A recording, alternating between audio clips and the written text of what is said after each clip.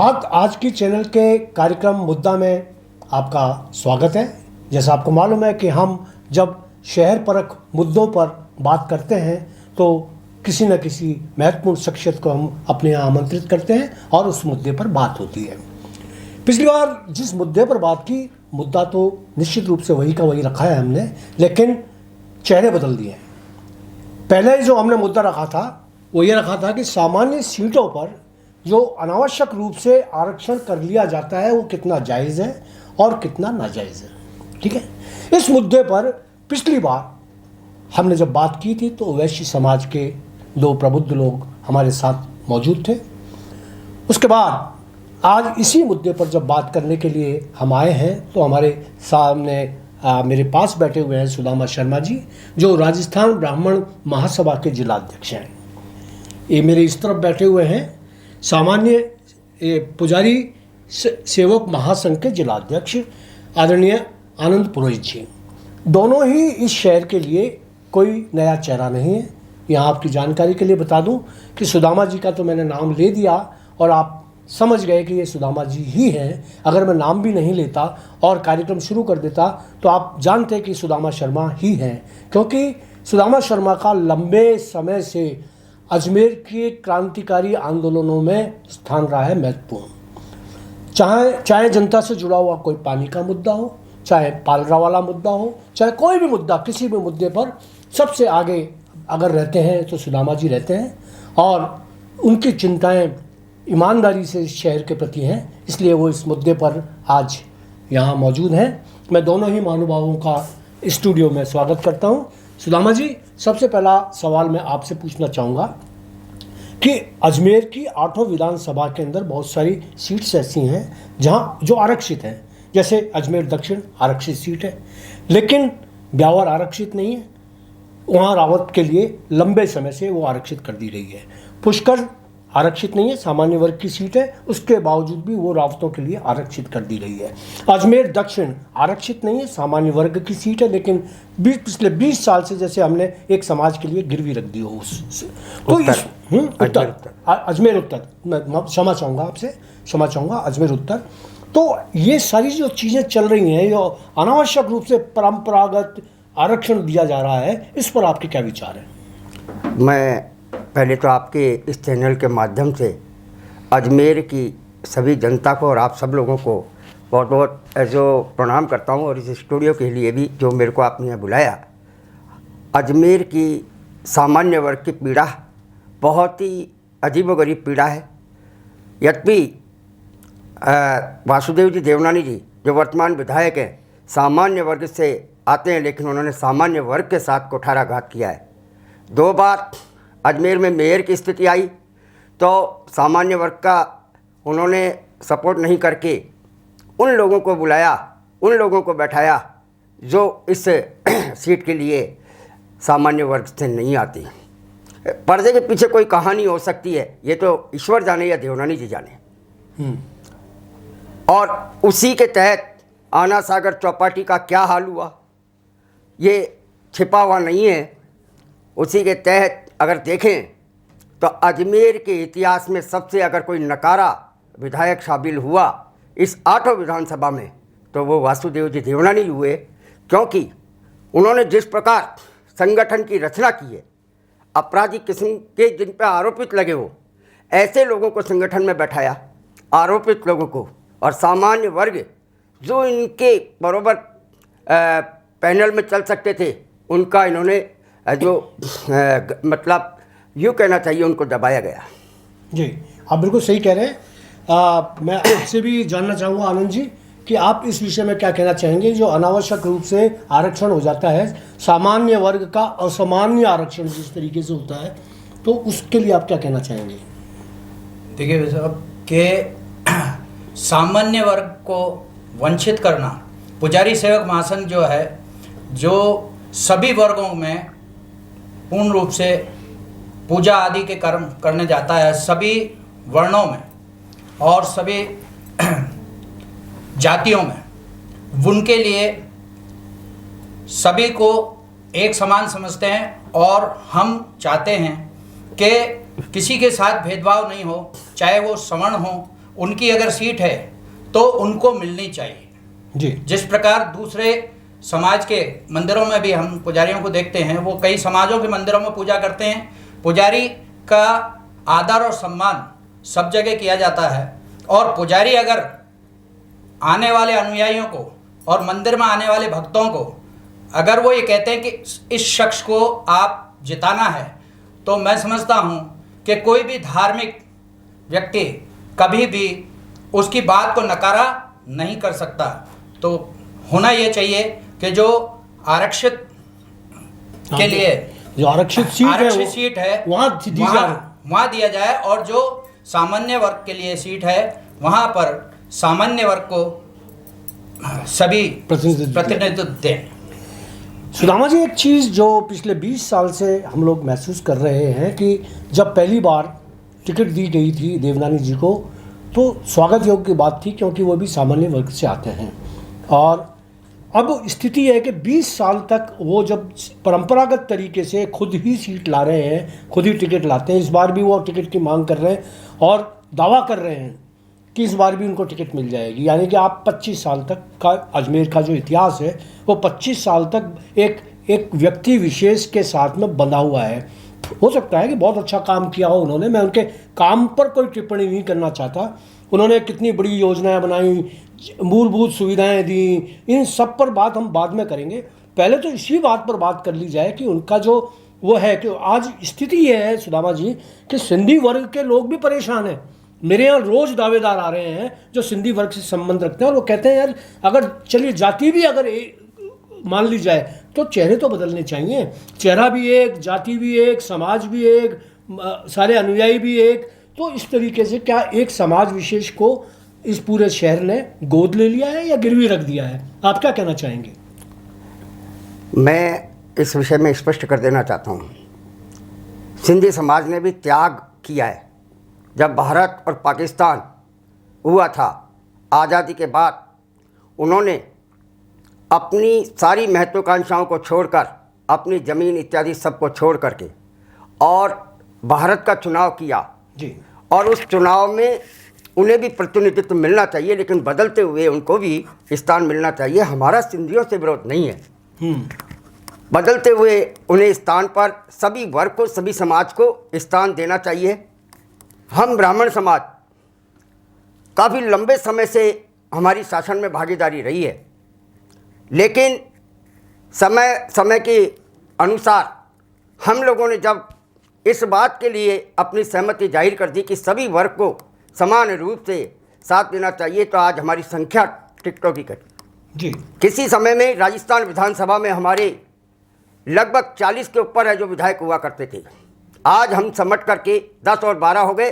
सारी राजनीतिक पार्टी अगर चुनाव कराती हैं तो ब्राह्मण के खिलाफ ब्राह्मण खड़ा कर देती है, ताकि आपस में लड़कर सीट है जो उनकी डिवाइड हो जाए और कमज़ोर कड़ी हो जाए।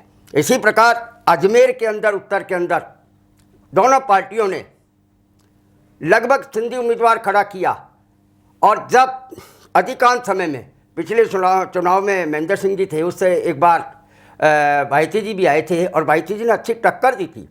वो एक अलग बात है कि एक गांव में पटाखे की घटना हो गई, उसकी सहानुभूति वोट से वो 700 और कुछ वोटों से जीत गए, नहीं तो ये बात तय हो गई थी कि इनके वासुदेव जी की विदाई तय हो गई थी। पिछला जो चुनाव हुआ उसके अंदर रलावता जी का कहीं ना कहीं मिसमैनेजमेंट रहा होगा, मैं नहीं कहता, लेकिन सारा समाज ये चाहता है कि परिवर्तन हो और सभी समाज को, सभी वर्गों को मिलना चाहिए स्थान। सभी वर्ग को नेतृत्व मिले, कम से कम मौका मिले, अवसर मिले कि वो अपनी प्रतिभा को विकसित कर सकें, दिखा सकें, सिद्ध कर सकें। ये बात आपकी बिल्कुल सही है। लेकिन आप तो ये देख रहे हैं कि अजमेर उत्तर के अंदर स्थिति ये है कि चाहे राजेंद्र जी लालवानी हो, चाहे हरीश पैनवाला हो, चाहे महेंद्र तीर्थानी जी हो, चाहे कमल प्रकाश जी हों, और भी बहुत सारी एक लंबी लिस्ट है सिंधी नेताओं की जो बहुत प्रबल दावेदार हैं और लंबे अरसे से इस बात का इंतज़ार कर रहे हैं कि उनको मौका मिले और वो बेहतर सिद्ध कर सकें। हो सकता है कि अगर इन 20 साल के अंदर सिंधी ही रहते और चेहरे बदलते रहते, एक बार देवनानी जी रहते, एक बार कंवल प्रकाश जी रहते, एक बार राजेंद्र लालवानी जी रहते, कभी मयंक तीर्थानी जी रहते, या कभी और जो भी, मैं नाम पर्टिकुलर नहीं लेना चाह रहा, कोई भी होता, तो और वो अपने अपने कार्यकाल के अंदर अजमेर की सेवा करते, अजमेर को प्रोग्रेस करते तो बेहतर होता। ये मैं इसलिए कह रहा हूँ कि अगर सिंधी समाज का भी ये सीट मान ली जाए कि सिंधी में मतदाताओं की संख्या के हिसाब से ये बहुतायत के अंदर है और सिंधियों को ही सीट देनी है, तो निश्चित रूप से चेहरे बदले जाने चाहिए थे। आप चेहरे बदलने पर ज़्यादा महत्व देते हैं या सीट के बदलाव पर चाहते हैं? सीट का बदलाव होना चाहिए। ऐसा नहीं है कि यहाँ पर सिंधी समाज की बाहुलता हो। 16-17 हज़ार उत्तर के अंदर वोटर हैं और एक चुनाव ऐसा भी गया जब सिंधी समाज के एक्स एमएलए ने चुनाव लड़ा और उन्हें मात्र 6-6.5 हज़ार वोटों पर सिमटना पड़ा। तो इसलिए किसी व्यक्ति या जाति विशेष की सीट नहीं कही जा सकती, यह सामान्य वर्ग की सीट है। इसमें सभी वर्ग को है जो समान रूप से जो मतलब मौका देना चाहिए। सुदामा जी, बहुत अच्छी बात कही आपने, और इसी बात को आगे बढ़ाते हुए मैं पुजारी जी आपसे पूछना चाहूँगा कि यदि आप दिल से बताइएगा, आप तो सारे मंदिरों से जुड़े हुए हैं, आप अपने ये बताइएगा कि अगर देवनानी जी बीजेपी से टिकट न लेकर और सामान्य वर्ग सिर्फ सिंधी समाज की तरफ से खड़े हो जाएं तो क्या वो जीत सकते हैं? नहीं, वो नहीं जीत सकते, क्योंकि कारण ये है कि हमारे सिंधी समाज के पुजारी भी पुजारी सेवक संघ से जुड़े हुए हैं जी, और समाज के लिए भी शायद अंदर पीड़ा है लोगों में, उनके ही समाज में, कि उनके लिए भी उनने शायद कोई काम ढंग से नहीं किया है जी। और कारण कुछ भी हो सकते हैं, व्यक्तिगत भी हो सकते हैं, लेकिन कहीं ना कहीं समाज को एक प्रतिनिधित्व जो देना चाहिए था वो भी शायद वो नहीं दे पाए 20 साल में। एक बात और मैं आपको कहना चाहूँगा कि 20 साल का बच्चा हो जाता है तो पिता अपनी जगह छोड़ करके उस बच्चे को आगे बढ़ाता है। बिल्कुल। तो कम से कम मैं तो ये चाहूँगा कि देवनानी जी खुद आगे बढ़ के और अपनी सीट छोड़ें और दूसरे समाज के जो युवा हैं, नए हैं, जो कुछ राजनीति में और अजमेर के विकास के लिए कुछ करना चाहते हैं, उनको आगे बढ़ करके अपनी सीट सौंपें और ये प्रयास करें कि वे उनका सहयोग करें और उनको जिताने की कोशिश करें। ये जो आपका अच्छा हुआ है। सुदामा जी, आप क्या सोचते हैं इस बारे में? बिल्कुल सही है, और हम तो ये कहते हैं कि देवनानी जी को टिकट मिले और अजमेर की जनता इस आदमी को इस तरीके से विदा करे कि दोबारा अजमेर की तरफ रुख ना हो। सुदामा जी, एक चीज़ है कि आप ब्राह्मण हैं, ब्रह्म वाक्य जो होते हैं उसमें कभी कभी सरस्वती बैठती है, तो मैं ये पूछना चाह रहा हूँ आपसे, जो मेरा मकसद है, ये सवाल ये है कि देवनानी जी 76 साल के हो गए हैं। आपके सनातन धर्म के अंदर ये काल जो होता है वो काल कौन सा उस आश्रम में आता है? संन्यास आश्रम। संन्यास आश्रम कब से शुरू होता है? 70 साल से शुरू हो जाता है। 70 साल से शुरू हो जाता है संन्यास आश्रम, और फिर भी 5 साल का रिलैक्सेशन देते हैं हम कि 5 साल तक आप है ना, चलिए छुट्टी, 70 साल तक तो उससे प्रौढ़ काल है, चलिए आप उसको एडजस्टमेंट करने के लिए, परिवार को सेटल करने के लिए फिर भी 5 साल देते हैं आप, और 75 साल का होते ही उनको कह दिया जाता है कि आप संन्यास ले लीजिए। लेकिन राजनीति में ये संन्यास आश्रम की व्यवस्था नहीं है। यही वजह है कि आदमी कब्र में भी लटका हुआ होगा ना उसके पाँव, उसके बावजूद भी वो इलेक्शन लड़ना चाहेगा। ये इच्छा ऐसी है, दमित इच्छा है, या ये कौन सी मनोवैज्ञानिक इच्छा है, ख़त्म ही नहीं होती। तो आप इसको क्या कहेंगे? क्या ये इस उहापोह को क्या कहेंगे? ये व्यक्ति की महत्वाकांक्षा है और महत्वाकांक्षा कभी ख़त्म नहीं होती है। देवनानी जी ने सामान्य वर्ग के साथ जो कैंची का काम किया, अगर ये सुई का काम करते, एक एक सामान्य लोगों को बढ़ाते, सुई का काम करते, तो निश्चित रूप से ये निर्वाध होते। फिर 70-75 नहीं 90 भी करते तो कोई दिक्कत नहीं। लेकिन यहाँ सामान्य वर्ग के साथ जिस प्रकार से कुठाराघात किया है, कैंची चलाई है, इसलिए इस आदमी का विरोध है। ये बिल्कुल ठीक कहा। आप क्या कहना चाहेंगे? मैं ये कहना चाहूँगा कि अभी आपको विदित है एक पुजारी जी का आत्मदाह का मामला हुआ था जी, जगन्नाथ मंदिर का जी, बहुत और खतरनाक मंदिर। इनके ही क्षेत्र का, इनकी ही कॉन्स्टिट्यूएंसी का मामला था जी। लेकिन देवनानी जी उस पुजारी के घर बैठने तक नहीं गए। तो कैसे विधायक मान लिए जाएं कि ये पुजारियों के हित में आगे कार्य करेंगे? हाँ, मतलब बयान न दें हो सकता बयान है ना दे, कम से कम एक मानवता के नाते, जी, बुजुर्ग होने के नाते जी, कि हमारे समाज के बुजुर्ग हैं, वो इस नाते भी जाकर के अगर वहाँ बैठ कर भी आते हैं, उस संवेदना प्रकट करके आते हैं, जी। तो शायद बहुत उत्तम होता।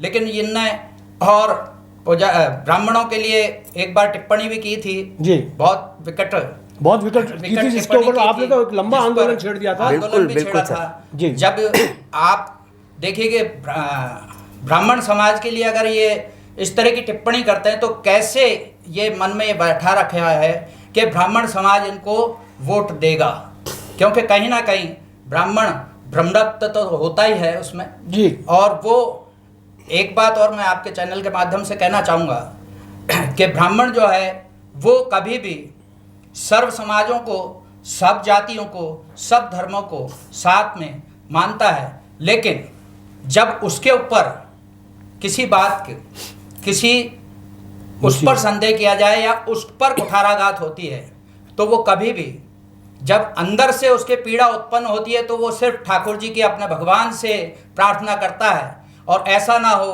कि सर्व ब्राह्मण अगर प्रार्थना करें तो आप इशारे से बात कर रहे हैं। आपने तो एक लंबा आंदोलन छेड़ा था और लंबी टिप्पणियां और लंबे आंदोलन छेड़े थे, वो क्या चीज़ थी? दरअसल वो उनकी ओछी मानसिकता थी। मामला प्रोफेसर को लेकर के था। जी, प्रोफेसर उन्होंने जिस तरीके से लगाया, अजमेर की जनता के साथ धोखा किया।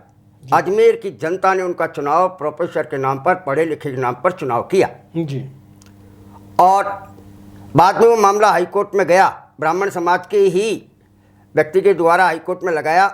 और आज स्थिति ये है कि ना तो विधानसभा में उनका नाम प्रोफेसर अंकित है, ना उनके लेटर पैड पर प्रोफेसर अंकित है। मैं इस चैनल के माध्यम से आज भी उनको चुनौती देता हूँ कि ब्राह्मण समाज ऐसा परिवार है जो पेरेंटल पंडित लगाता है जी, और अगर उनके कोई बाप दादा प्रोफेसर लगाते हैं तो या उन्हें किसी प्रकार की इस प्रकार की पदवी मिलती है तो हमें कोई एतराज़ नहीं।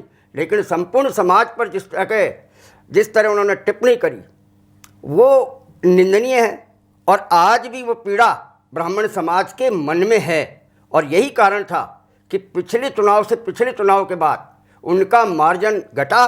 कहीं न कहीं ब्राह्मण समाज ने एक मुश्त इनके खिलाफ वोट दिया। लेकिन इसके अंदर और दूसरे कारण भी रहे कि फर्जी जो मतदाता सूची थी वो भी इसके लिए जिम्मेदार रही, जो अब कम हुई है। इस बार 15-16 हज़ार जो लोग कम हुए हैं, वो जो फर्जी थे उनको नए बीएलओ बने, नए बीएलओ ने नई मतदाता सूची तैयार की और जो बढ़ने चाहिए थे मतदाता उनकी संख्या अब घटी है। तो घटने से क्या आप सोचते हैं कि इस बार जो वोट बैंक होगा वो भी प्रभावित होगा? निश्चित तौर से प्रभावित होगा और कुछ बीएलओ को लेकर के आज भी इनको पीड़ा हो रही है। उन्हें मानसिक रूप से प्रताड़ित किया जा रहा है फर्जी नाम जुड़ाने के लिए। लेकिन मैं उन बीएलओ को धन्यवाद देता हूं कि उन्होंने अपना काम निष्ठा के साथ किया। जी जी। आज मेरे से सुदामा जी एक पार्षद मिलने आए थे, भूतपूर्व पार्षद हैं वो मुझसे मिलने आए। वो कभी इनके देवनानी जी के खास हुआ करते थे। उन्होंने खुद ने मुझे ये स्वीकार किया। मैं सार्वजनिक रूप से उनका नाम नहीं लेना चाहता, लेकिन अगर देवनानी जी अगर कहें तो मैं व्यक्तिगत रूप से मैं बता सकता हूँ, उनका सामना भी मैं करा सकता हूँ। वो पार्षद महोदय कह रहे थे कम से कम भी 5,000 वोट तो मैंने उनके कहने से फर्जी जो है वो बनवाए, मतलब मतदाता सूची में फर्जी नाम जुड़वाए। 5,000 नाम तो बोले मैंने जुड़वाए, फर्जी वो कह रहे थे। तो ऐसा जो कार्रवाई करे जीतने के लिए आदमी को, ये इतने नीचा उतर जाए, तो वो तो मेरे को नहीं लगता है कि इस तरीके के विधायक होने चाहिए। बिल्कुल आपकी बात सही है और हमारी सहमति है इस चीज़ से निश्चित तौर से। और अब अजमेर की जनता जागरूक हो गई है और इस चीज़ का विरोध किया है। लोगों ने खुद जाकर के अपने नाम जुड़वाए हैं, जहां आवश्यकता है वहां जुड़वाएं।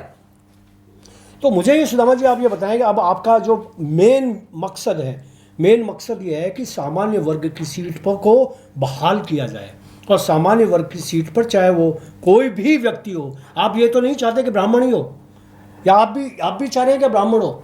सामान्य होना चाहिए। सामान्य। जहाँ तक मैं ब्राह्मण समाज की राजनीति करता हूँ, मुझे राजनीति से कोई लेना देना नहीं है, लेकिन स्थिति स्पष्ट कर देना चाहता हूँ कि ब्राह्मण समाज को अगर टिकट मिलता है तो ब्राह्मण समाज जिताऊ कैंडिडेट ब्राह्मण समाज के पार्टी के अंदर मौजूद है, दोनों पार्टियों में, एक पार्टी में नहीं, दोनों पार्टियों में। और ब्राह्मण समाज अगर उन्हें टिकट देता है, वो ब्राह्मण समाज को टिकट देते हैं, तो निश्चित तौर से ब्राह्मण समाज तय दिल से लगेगा। और सामान्य अगर कैंडिडेट आ जाता है जी, तो जो हमारी कोर समिति तय करेगी उसको लेकर के हम निर्णय करेंगे जी। और एक ही सामान्य उम्मीदवार को रखेंगे। जिस पार्टी ने सामान्य उम्मीदवार को दिया होगा उसका है जो हम निश्चित तौर से समर्थन करेंगे। बिल्कुल, आपने सुदामा जी जो बात कही वो कल अब मेरे पास जो वैश्य समाज का जो पैनल था, वो वैश्य समाज के पैनल ने भी यही बात दोहराई कि अगर कोई ब्राह्मण हो, सवर्ण, मतलब कोई भी सामान्य वर्ग का व्यक्ति आता है, इतर देन दैट, उनके अलावा यहाँ तक भी कहा गया कि उनके अलावा भी अगर कोई सिंधी आता है, उनके अलावा अगर कोई सिंधी नेता आता है तो हम उनका, क्योंकि वो भी सामान्य वर्ग के, हम उनका समर्थन करेंगे। लेकिन 20 साल से जिस आदमी ने कब्जे में कर रखा है उसको हम समर्थन नहीं देंगे, ऐसा उन्होंने कहा था। आपका क्या कहना रहेगा? निश्चित तौर से मेरा भी यही कहना है, उनकी सहमति में सहमति है, क्योंकि जब हमारी आपस में कोऑर्डिनेशन चल रहा है सभी समाजों के बीच में, और सब ने मिलकर ही तय किया अंदरूनी तौर से कि जो भी पार्टी किसी को भी सामान्य वर्ग को अगर देगी तो निश्चित तौर से हम जो उसका समर्थन करेंगे।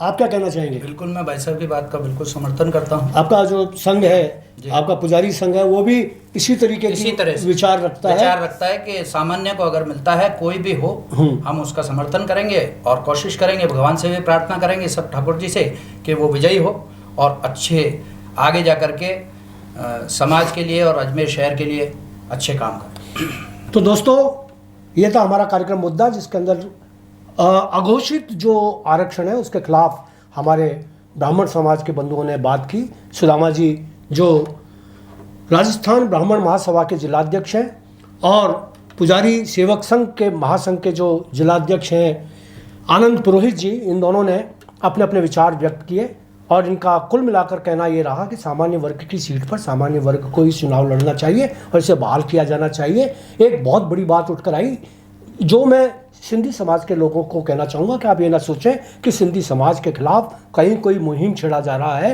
या सामान्य वर्ग के लोग संगठित हो रहे हैं, ऐसा कुछ भी नहीं है। इनका तो ये भी कहना है और बाकी लोगों का भी कहना है कि सिंधी समाज की प्रतिभाओं को भी आगे लाया जाएगा तो हम उसका समर्थन करेंगे, लेकिन चेहरा बदला जाना चाहिए। दोस्तों, आज की मुलाकात इतनी ही। इस मुद्दे पर आपने हमको सुना। अगर आपको ये कार्यक्रम पसंद आया हो तो इसे लाइक करें, सब्सक्राइब करें, शेयर करें। धन्यवाद।